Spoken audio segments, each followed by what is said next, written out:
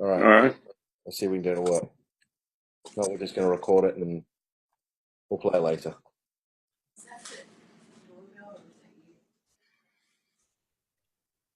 It's that.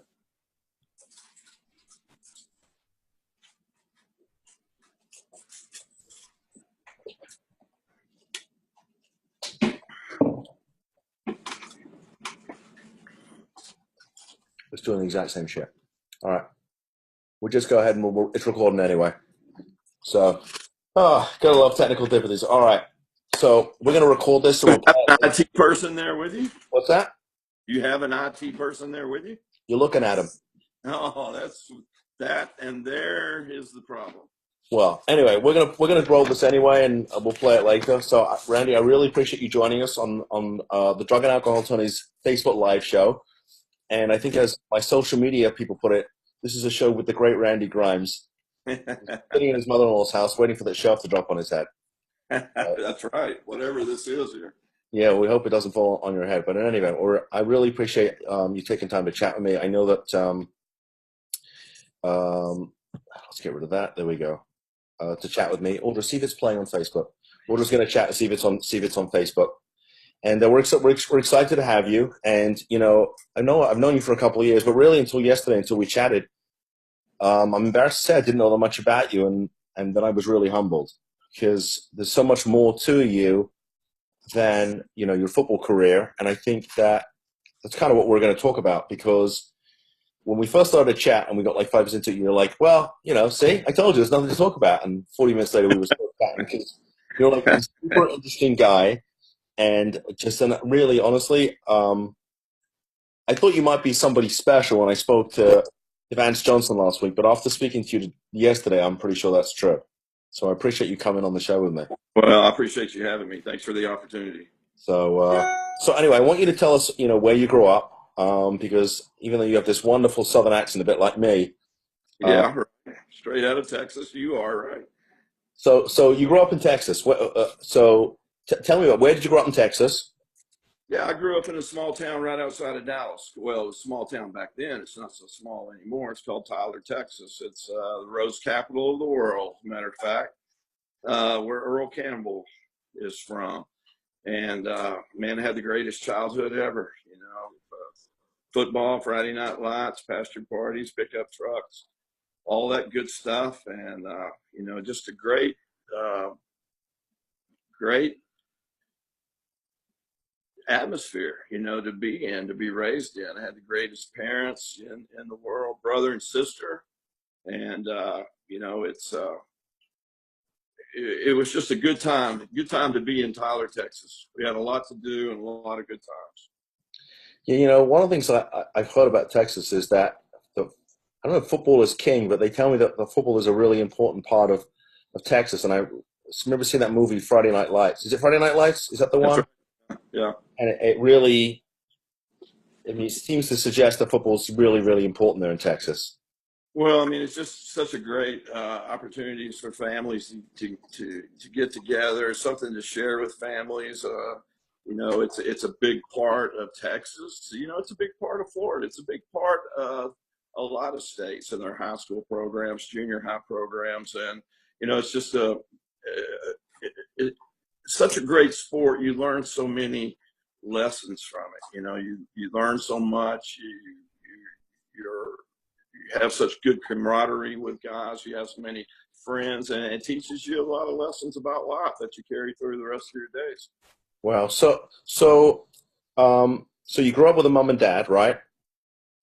Yeah, Well, I yeah, asked that question. Perhaps I didn't ask it correctly, and I apologize if I didn't. Only because some of the guys I've interviewed, they grew up from they came from um, such very chaos.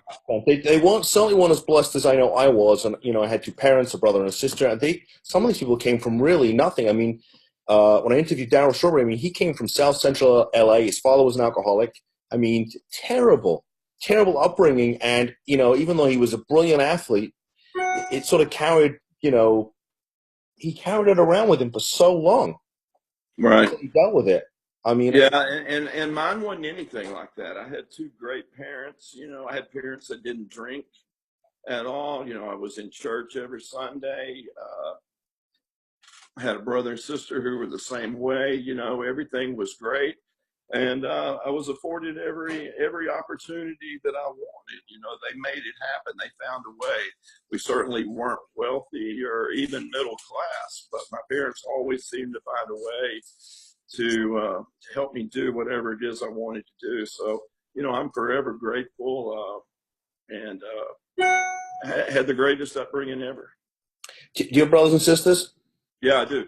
We got an older brother and an older sister, both Okay. in Austin, Texas. Both athletes? My brother was. My brother played at Southern Arkansas, and he was a great football player. He was a great tight end. Wow. Was he as good as you? Or you think, Yeah, well, he was probably better than me. He just, you know, he didn't have the same opportunities I did. that's a good, that's a very diplomatic answer, Mr. Grimes. I like that.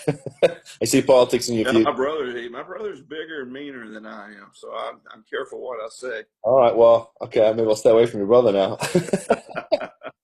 So when did you start playing football? I know you played in high school. How old were you? Yeah, you know, I've been playing football since I was fourth grade. You know, we started early. Every year we played. Yeah, I played junior high, played through high school. You know, I had the opportunity to go off to Baylor and play 4 years, and then 10 years in the pros. So you know, there was about 23 years there of nonstop football. Okay, so I know that in the pros you played as the center for the Buccaneers. Did you? What was the? And you said that right too. You said center. You didn't What say did I say? forward. Yes. What did I say You yesterday? said center. You called me a half horse, half man. Oh, I called Uh, you. That's you know what you know. You said that Rudy yesterday. I called you Baker. half horse, half man. I'm like, how did I call him that? And I realized I called you centaur instead of a center. That's right. You know, And we I didn't have go this by. much fun. We didn't have this much fun yesterday. You know, this is much. You're funnier the second time around, Randy. Oh God, it's been a stressful day. This is the best relief yet. So you don't No, play but center. I can remember in high school. I can remember seeing the scouts coming around, and they were coming around looking at other guys. This was my junior year. I'd watch them coming around looking at the senior players there, and you know, it was at that point I was thinking, you know, maybe there's something more to this football. You know, maybe there's an opportunity to not only get my education paid for, but to also continue to play this game that I love so much. And you know, you don't think about all that stuff early in high school, but you know, when you start seeing the scouts come around, you start seeing different colleges show up with different shirts on, you know, you kind of get excited that maybe, you know, there's a possibility that you can go to the next level. And it was those scouts coming around looking at other players that piqued my interest, made me realize that there's other opportunities out there after high school as far as playing football, and made me start working harder, you know, maybe get more dedicated, spend more time getting better at the game that I love so much. Okay, so before you went to the pros, was there any issues with substance abuse or any of that stuff? Nothing. You know, I had my weekends and my issues, you know, Friday, Saturday nights and stuff. The things that you get in trouble with in high school, but you know, I never had any legal issues or health issues or, you know, life wasn't unmanageable in any sense of the word back then. And no, nothing, even through college. You know, there was no issues other than the weekend stuff, you know, the beer drinking and hanging out with the guys and you know, that nonsense.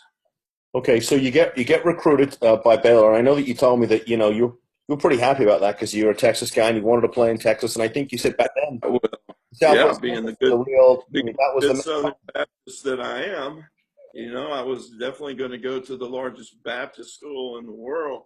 But you know, I also had a sister there, and you know, I was recruited by every school in the Southwest Conference back then, and that was, you know, I went and visited. You know, I went and visited the Rices and the Arkansas and the SMUs and, you know, all the great schools that were playing great football back then in the Southwest Conference. And, you know, when I went to Baylor and I met Coach Grant Taft and I met some of the other players and the other coaches that are there and the people that were associated with the athletic department, I knew that was the place for me. And it just so happened, that was the place that my parents wanted me to go. And like I said, I had a sister there. So the transition from high school to college was just that much easier having her there. So when did you actually start at Baylor? 1979. Okay, so Yeah. for the first year that we were you the starting center that year? Not the first year. No, Okay. it took me a couple of years to break into the starting lineup there at Baylor. But I'll tell you what I did do the first day of my freshman year at Baylor is when I met my wife. School hadn't even started yet. It was our freshman year, and I met my wife at a mixer that they had before school even started. So, my destiny was pretty sealed from that point on. Well, so that's something I didn't know from yesterday. Maybe I didn't make a note. That's pretty amazing. That's great. Yeah, we went out that night, and the rest is history. So was it love at first sight? I mean, that's And, it was for her. Yeah. I hope she didn't hear me say that. I was going to say you're still married to the woman, so maybe you shouldn't be saying that too Right. loud. And I think Right. you're in your mother-in-law's house, so I don't know if I mean Yeah. they Right. probably keep she Yeah. My probably keeps wife's the up here shotgun cooking somewhere in dinner the right house. So if now. we hear a loud bang, we'll know what that is. So you played. So you stayed at Baylor for 4 years. Sounds like you. Yeah, and it's like I told you yesterday. I had the opportunity at Baylor to play with some really great players. Guys like Mike Singletary and Greg Hawthorne and Walter Abercrombie and Frank Pollard and Van McElroy. The list just goes on and on. Mark Addicks. These are guys that went on and had great careers in the pros. But it's kind of like at high school again. It wasn't until I started seeing the pro scouts coming around after my junior year that I realized that, there's an opportunity here to continue to play a kid's sport and get paid for it, and to continue playing this game that I love so much. But I was going to have a great senior year, stay injury free, and do everything that I could to get to that next level. Wow. That's so it wasn't.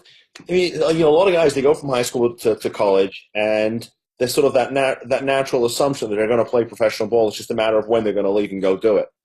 So Right. it didn't Right. really occur to you that you might actually be able to make a living doing this until very late on in your college career. That's right. And I knew that I was going to have to have a great year. I knew I was going to have to be injury free. And, both of those things worked out for me. We went after the season, my senior year, I had some great combines. I had some great workouts for teams as they were coming around doing their scouting, getting ready for the draft process. And, I was lucky enough to get to move all the way up to the second round pick of the Tampa Bay Buccaneers in 1983. And, they didn't have a first round pick that year. So I was really treated like their first round pick. Wow. So when you were thinking about when you realized you were going to go play professional ball, any particular team that you said, I'm going to play for, or any particular team you didn't want to play for, because you sometimes hear about guys say, "Oh, I'm not going to play for them," or "I'm not going to play for that," and I'm thinking, you hear that, you're like, listen, I mean, there's so few guys that ever get to play professional football. It would seem like it'd almost be a privilege to play in the league for whoever you play. Absolutely. And I never said that. Guys that say that are idiots, because it is. It's a great opportunity, to, like I said, continue to play a kid's sport and get paid for it. And I didn't care where I went. I just wanted to continue to play football. So, here I was, a kid from East Texas who had never even seen the ocean, being drafted by Tampa Bay Buccaneers, who the year before had just made it to the playoffs. That was the strike shortened year of 1982. So it was a great opportunity. I was excited. Coach John McKay was going to be my coach, and I was going to get to play with great players like Leroy Selman and Doug Williams. And I mean, it was just I was so excited. I finally made it to that next level. Now all I had to do was stay there. So tell us what the big difference is between say playing football at Baylor and football for the Buccaneers. I mean, what's just life like, and what's the big difference? Well, it becomes a business real quick. That's the first thing. I mean, as soon as you arrive at the locker room, it's definitely a business. It's not a game anymore like it is in college. And the game changed so much on the field. I mean, guys were so much bigger, stronger, faster, smarter. It was such a detailed game in the pros. There's so many little nuances that you had to learn, not just about offense or defense, but about every play that you ran on offense and defense. So, I mean, it definitely took it up several notches real quick, and you had to be ready to do that. I mean, you had to immediately be ready to step into that role and start playing bigger, better, faster, stronger football quick. Yeah, because I remember one of the things that stuck out to me yesterday when we talked was you said that the guys in the pros hit much harder. That Oh, really yeah. stuck with me. You said they hit harder. Oh, they absolutely do. And, only the cream of the crop is really making it from the college level to the pros. So you got to expect everybody out on that field is good. And everybody's looking to clean your clock, too. So So you better keep your head on the swivel. it gets knocked off. That's right. All right. So we're talking about shades of greatness. I mean, everybody's great because they all made it, or hopefully they made it. So from the, it seems like high school you didn't have any substance abuse issues. At college you didn't have any issues, and then you get into the pros and things seem to change. So let's talk a little bit about that. Well, and, I was one of those guys that was, I came into the locker room and I kept my mouth shut. And I listened to the older guys. I wanted to know how they were able to feed their families playing a game that they loved, how they were able to stay in the league for the amount of time that they did, how they were able to stay out on that practice field every day and show up for every game and not miss any snaps or any plays during games. I wanted to know how those guys were successful, how they did it. And, one of the things that I learned to do was to stay out on that field at any cost. And one of the costs was taking handfuls of pain pills because, Mark, and I justified it so easy. I'm getting them from team doctors, so it must be okay, right? Or I'm getting Yeah. it from team trainers, so it must be okay. Or there's an open drug safe right there. Nobody's stopping me from getting what I need, so it must be okay. This is what they do in the NFL, right? So I mean, that's how I justified it. But I knew that if I wasn't out on that field in my position, somebody else was going to be. And I was not going to let that happen. And I wasn't going to get that reputation as being the guy who's always in the training room, the guy that's always being worked on by the doctors or by the trainers. I wouldn't even get that reputation of being a whiner because that's the kind of reputation in the NFL that you never lose. Right. So you played 10 years in the league, right? Right. And did you miss any games during those 10 years? I didn't miss any games, and I didn't miss any snaps for a long time until the very last year and a half or so. Um, but that was, there was a lot of reasons behind that, and that was I was taking handfuls of pain pills every day to stay out on the field. And something we talked about yesterday, it had progressed to the point to where the last 2 years of my career, I played in a blackout. Because I wasn't just taking handfuls of pain pills. I was taking handfuls of benzos too. And I played those last 2 years in a blackout. I would be home on the couch like 6, 7, 8 o'clock at night on a Sunday after a 1 o'clock or 12 o'clock NFL football game. And, I would be beat up. I'd be dehydrated. I'd be all bruised, scratched, cut up, all the things that you are after an NFL football game. And I wouldn't remember any of it. I didn't remember a single down. And I had just played 60 or 70 offensive plays in an NFL football game, and I didn't remember any of it. I would have to wait till the next morning and watch it on film with everybody else. And I always played good enough to let the chaos go on for another week. That's a little frightening. So, I mean, were there any times during the game where the play would come in, the quarterback would say, "Okay, this is the play we're running," and you would be like, "I have no idea what he's talking about," How or would I know? Didn't or even remember. okay, so it's just like Just everything was on automatic. It was like did it autopilot. all in a blackout. Unbelievable. One thing you said to me yesterday was that normally after a game, I guess especially if you were flying somewhere, you said they gave you a sleeping pill and two beers after a game. They wanted you docile, or docile, I should say. Docile, right.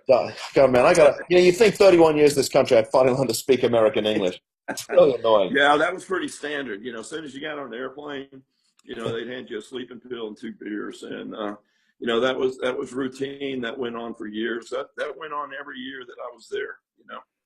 Wow. And were other guys doing That was the traveling home protocol. And matter of fact, after every home game too, all you had to do was stick your hand out. wow. And I'm presuming you're not the only one on the team who's doing this. I mean, this is a team thing. Oh, and you're right. I mean, that was the culture of the league back then. It was win at any cost, do whatever you had to do to stay on the field. Like Al Davis said, just win, baby. Just win, baby. What was that movie that Lawrence Taylor was in? I think what we said yesterday, the Pacino was the coach. Any Yeah, given Sunday. any given Sunday. And Yeah. you said, what was the other film you said it was a bit like? Dallas. North Dallas. Yeah, North Dallas 40. So, wow. Amazing. So, how'd this affect all your home life? I mean, you married your college sweetheart. I mean, people see you today, they're like, wow, man, what a great guy Randy is. And that's how I know you. So it's hard for me to envision you any other way. Well, I mean, life wasn't really unmanageable back then because I had so many enablers, and my wife would see me come home from practice and crash on the couch or crash in bed, and I mean, she just thought it was from practicing in the heat, working hard, playing in a game. She never really suspected that what I thought was a necessary evil of the game had turned into a full blown addiction Wow. that I couldn't stop. So I know that you got pretty banged up. Tell us about the injuries that you got over the years, surgeries and things of that nature. Yeah, I mean, I had 6 knee surgeries. I finally got the knee replaced, one of the knees. I had a clavicle resection. I had a ruptured tricep, ruptured bicep, lots of breaks and fractures. And, that's the kind of stuff that you had to try to work through. Those are the things you had to stay out on the field. You couldn't, off season was for surgery. Off season was for getting well. But during the season, you had to fight through all that stuff, and it's a brutal game. It's a very violent game. It's controlled chaos, is what it is, and that's what you sign up for. And that's going to happen, and that you're going to have to fight through injuries, and sometimes they're injuries that you probably shouldn't fight through. But I got to tell you, if Randy Grimes wasn't out on that practice field at the center position, somebody else was. Wow. So share with us what you shared with me yesterday, which was how your career ended, because it's gut wrenching. It's horrible. It's sad. But like you said, it's a business. So share that with us. 93 rolls around. Sam Weiss, coach. Yeah, and you got to realize that, I had 5 head coaches in 10 years at Tampa Bay. We were a revolving door of coaches, players, front office personnel. I mean, the one consistent thing about the Tampa Bay Buccaneers between 83 and 93 was Randy Grimes at center. Everything else was a revolving door. And I can remember my last head coach was Sam Weiss. And I can remember after the 92 season, I can remember it was the day after the game. We were in our locker room. I was cleaning out my locker. We were going home for the off season. And, I can remember I had a locker that was right by the front door. And as he was passing through, he put his hand on my shoulder and said, "Randy, we're not going to be needing your services anymore." And I remember I was facing my locker. And I remember thinking, this is how it ends, after, all the blood, sweat, and tears that I left on fields all over this country since I was in 4th grade. this is how it ends. And like I said yesterday, it's not like I expected to have like a parade or a street named after me or some dedication service to Randy Grimes' career. I just didn't think it would ever end like that.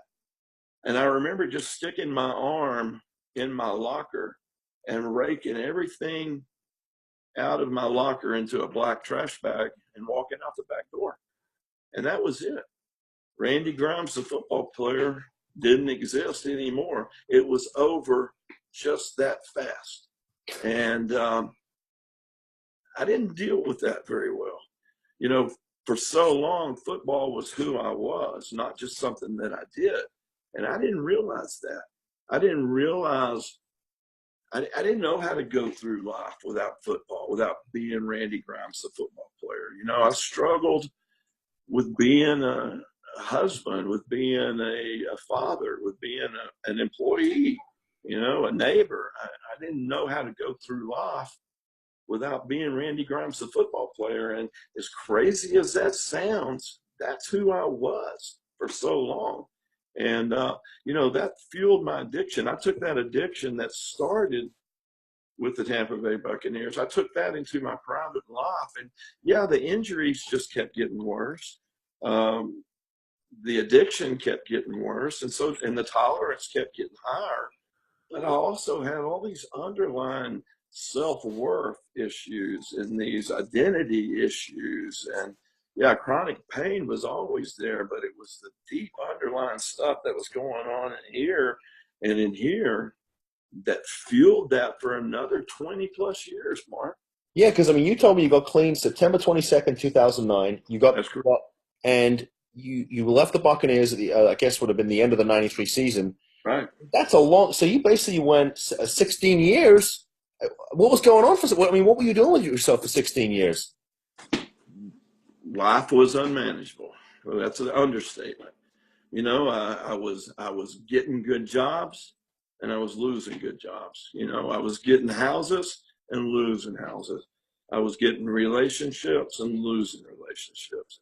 And I mean, that was the chaos that was my life for those 20 plus years. And I couldn't stop. You know, what's crazy about this is that no matter how many houses I lost or cars I lost or relationships, I mean, my daughter wouldn't even let me come around my first grandchild. I couldn't stop doing what I was doing. I mean, it had such a hold on me. And that's the chaos of addiction. You know, that's the craziness of it.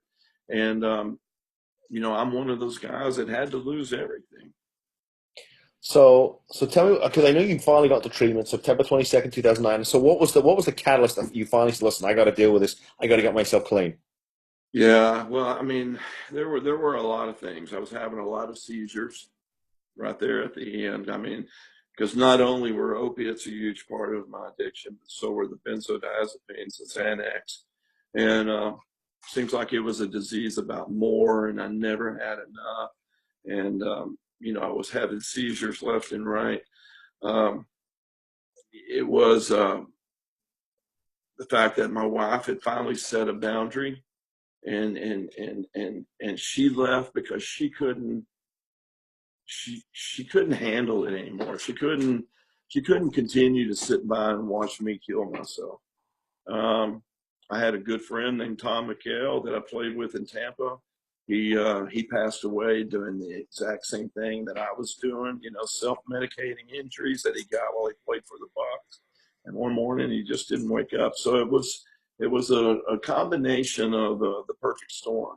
Everything happened in, you know, right before that September of 2009, and you know that my wife had reached out to an organization that was working with the NFL, and that's how I found the treatment center in West Palm Beach. And you know, I was ready. I was finally ready to to to go deal with this thing. Okay, so you came down here for treatment, right, to Florida, Right. and I think you told me that, and I'm just looking at my notes, that you crawled out of the car into the I treatment did. center. Well, I fell out of the car and then I crawled. No, I flew into Fort Lauderdale, like I said, on September 22nd, and I was picked up by this old beat up black town car. It's what picked me up, and I don't remember a lot about that night, but I do remember driving all the way up to West Palm Beach from Fort Lauderdale, and I pulled up to the treatment facility, and I was so sick, man. I was so sick, and I was broken. I was beat up, and I fell out of that town car, and there was another 30 or 40 feet to the door, and I crawled on all fours from that car through that doorway. And I remember I don't remember much about that night, but I do remember hearing somebody say, Randy, in order to get this, you got to have the desperation of a drowning man. And I'll never forget that, because as a child, as a kid, I did almost drown. And I remember my desperation as I clawed at the water to get back to the top. And so I knew that I was in for the fight of my life. Okay, so I think you said you spent 90 days in treatment, right? I did. So, I mean, during that process, Mark, it was exactly 2 weeks into the detox. I mean, they took it slow. They took it, they were real careful with me because I had had so many seizures. So they made the detox. They really extended it over a long period of time. But it was exactly 2 weeks into the process. It was at 8:45 on a Wednesday morning, and I'll never forget it. I was sitting at a picnic table out there. It was 15 minutes before the morning group started. I had already eaten breakfast, and I used to get up every morning and I would write. And I don't know why, but for some reason, getting up and writing down how I was feeling, what I was going through, it made me feel better. And this particular morning, I was sitting at a picnic table and I was sobbing uncontrollably. I couldn't stop crying. Exactly 2 weeks in, 8:45 in the morning on a Wednesday. I'll never forget it. And I can remember thinking, if this is what being sober feels like, I don't want to have any part of it, because all the guilt, all the shame, all the missed opportunities, all the stuff that I'd put my family through, all that was coming back on me, and I had to deal with it sober. And I remember thinking, I couldn't stop crying. And it was like somebody came up behind me and draped a warm quilt around my shoulders. And I say quilt because I remember feeling weight on my shoulders, and I remember feeling warmth. And I also remember the obsession to throw down pills every day was lifted off of me right then. That was it. That was my burning bush moment. That all happened to me just that quick that morning at that picnic table. And the beautiful thing is, over the next 9 years or 8.5 years, I get to pass that picnic table all the time. I get to see where I was sitting, where that happened to me. But that was, that was when I realized I could do this. I can get through this. And listen, I've been in a lot of battles against some big, mean, hairy, stinky, ugly guys, and I've won most of those battles. You don't stay around the league for 10 years unless you're winning most of those. But this was the hardest thing that I ever did, was crawling through the door that night. It was the hardest thing that I ever did. Going through this process was the hardest thing that I ever did, but it was the most rewarding. So what was the Randy Grimes that came out of treatment 9 days later compared to the one that went in? Well, hopefully it was a Randy Grimes that's a better person, a better father, a better husband, a better employee, all those things that I'd forgotten or couldn't do anymore because of my addiction. Hopefully it's a better person than that. So I know we only have a few minutes left because we started late due to my inability to get Facebook Live to work. But I want you to share with us what you're doing now, because you and I sort of work we do work in the same industry, but from different angles. And I know that you do a lot of work. I mean, I interviewed Vance Johnson last week, who played for the Broncos, and he said you saved him. So, and I know that he's not the only one you saved. You save a lot of people. So let's talk about what you're doing these days. Well, and one of the programs that I started, one of the things I did after 90 days in treatment, they told me to go to a halfway house. I did it. Listen, when I told you that I came in and I surrendered, I came in and I surrendered.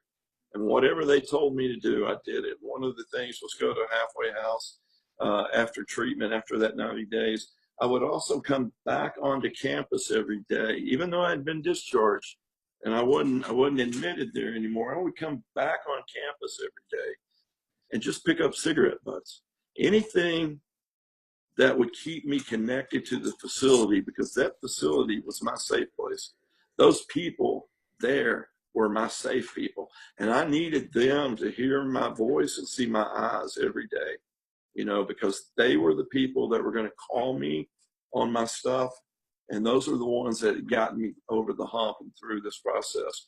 So I started off doing some alumni calls, volunteer stuff. I did that for 6 months, but I also wanted to start something where I could help the guys that were out there doing the same thing that I was doing, guys that I played with and guys that I played against, guys like Tom McHale, who I knew left the game and were still self-medicating themselves, that warrior mentality, where we suffer in silence and we don't ask for help. And I knew that there was a ton of guys out there doing exactly what I was doing and what Tom was doing. So I partnered up with the NFL and started a program for former players. And that has blossomed into the opportunity to work with former players from Major League Baseball, from Gridiron Greats. We recently started working with a lot of veterans, and I'm real proud of the program that after the Impact Fund and Gridiron Greats has started, where we're pairing former athletes and veterans together because they have a lot of the same issues, whether it's identity or trauma, chronic pain. And so we're doing a lot of that. Uh, MVP, which is Jay Glazer's organization, merging veterans and players. We've got a lot of great stuff going on, but since starting those programs, we've been able to help hundreds and hundreds of former athletes and veterans. And my passion doesn't just stop with athletes, though. I mean, I'm I want to plant those seeds for everybody. And I love working with families. I believe that when families get well, addicts get well. So I love working with families, and that's my passion. Yeah, I remember you telling me you got certified as an interventionist, correct? Right, Right. right. I Tell us about that. with a guy named Paulie Tassine, sat in his office and watched him do hundreds of interventions before I ever did my first one. But yeah, I love going in as an interventionist. I love to go in and meet the addiction on its own turf. Like I said yesterday, I get to go in and see the wrecked car in the driveway, the missing TV on the shelf, or the grandmother that's sobbing uncontrollably because all her jewelry's been pawned. But I also get to meet the addict on their home turf, and I get to see the miracle happen 30 days later when they do go off to treatment, and it's a beautiful thing. So I also know that you work with a great treatment center here in South Florida in Delray Beach, Transformations. So tell us about that. Treatment center, right? And it's Transformations Treatment .center, and what a great organization, and I'm so honored to be a part of that. I do business development and strategy, and there's such a great facility, dual diagnosis, the greatest therapist in the world, the greatest employees in the world, and I'm just it's an honor for me to be affiliated with them. But I also have Athletes in Recovery, and you can find us on Facebook at Athletes in Recovery, and also any former players out there. Player Care Foundation. Look at them. Because I want former players to know that there's resources available for them. So what's the best way if I'm a former player or a veteran? How do I get a hold of you? I see this Get a life. How hold do I contact you? Yeah, either on my Facebook, at Randy Grimes, or Athletes in Recovery, or you can get me at transformationstreatment.center. Okay. Is there an email address for you? Somebody wanted to email you? Yeah. Uh, I'm sorry, it's Randy G at transformationstreatment.com. Transformations, Randy G at Randy G at transformationstreatment.com. .com. Okay. Anything else you want to give a plug to? Because I know you're doing a lot of great things, Randy. So I want you to tell. I know we're almost running out of time, but tell me about some of the other stuff. Did I get everything? I want to make sure I got everything. No, I mean, this work is Because never you lead a very boring, quiet life. You know what I mean? this work is never ending, and there's always something new to do. And I just want to keep getting out there and planting as many seeds as I can. And hey, hanging out with people like you, that's what it's all about, right? Yeah. It's yeah, as I always tell people, they say, "Well, what do you love about working in the treatment industry?" I said, you just got to go to one networking event. I said, you'll be in a room full of people who had a ton of personal growth. They are full of love. They will hug and kiss you. I said, go to one of those events and then go to an event with a bunch of lawyers and see if you can't tell what the difference is. Yeah. Well, And I'm there's not no poo-poo the legal industry, but there's a big difference. Hey, you know what? You're right, though. And the people that I've met in recovery, they're some of the most loving, caring, compassionate, honest, fun people that I've ever met in my life. I love it. Some of my closest friends now are people in the treatment industry. I mean, I don't, there's very few lawyers. I mean, I have some close friends who are in the legal profession, but I mean, I go to a treatment event and I love it. I really do. I've almost stopped going to some of the legal events. I just enjoy going to being with people who work in the industry because I know that they really care. It's great. Yeah. So Well, I appreciate what you do too. thank you. I mean, you do a great service to our industry and our community. So thank you for what you do too. Yeah, there's only a couple other guys that do, that even touch this stuff. So, I mean, I think everybody in the industry knows who those guys are. But, those are also good lawyers, and I appreciate the work they've done because some of them, have inspired me too. So, Randy, I appreciate you coming on the show with us. I know you got to go. I'm going to just give everybody my contact information so they can find me on the web at drug and alcohol attorneys with an S.com. That's drugandalcoholattorneys.com. They can email me at mark, M-A-R-K, at drugandalcoholattorneys.com, or they can call us, 561-419-6095. And if for some reason they didn't get your contact information, Randy, if they email me or reach out to me on Facebook under either Mark G. Astor or Drug and Alcohol Attorneys, I'll give them your information. Good. Athletes in Recovery, go to my Facebook page, look at Randy Grimes, or get in touch with me at Randy G at transformations with an S treatment.com. Yeah, and I've actually been to to Transformations a number of times. Oh, we let you in over there? What's that? What's that? We let you in? We let you over there? You got to listen. You got to tell your security guys a better job. I've got to talk to security. There's no doubt about it. Yeah, they let me in. I think the guy even smiled at me the last time I was there. But I've been a couple of times there. I know the owner, Mark Gerhard, who's just a terrific guy, and I know Rachel Needles over there. I mean, and I hope you come back. People over there. There's a lot of people. Sometime. What's that? Come back and see us sometime. I'm coming to take you to lunch. That's what I'm going to come and do. You better. Damn right. When are you coming back from Texas? I'll be back on Monday. All right. Okay. Randy, thank you. Thanks. You are a gentleman. I mean, you're just a great guy. What can I tell you? You're one of the good ones. Thank you, man. I'm trying, brother. Good to talk to you, my friend. Thank you. Take care. Take care. Bye-bye.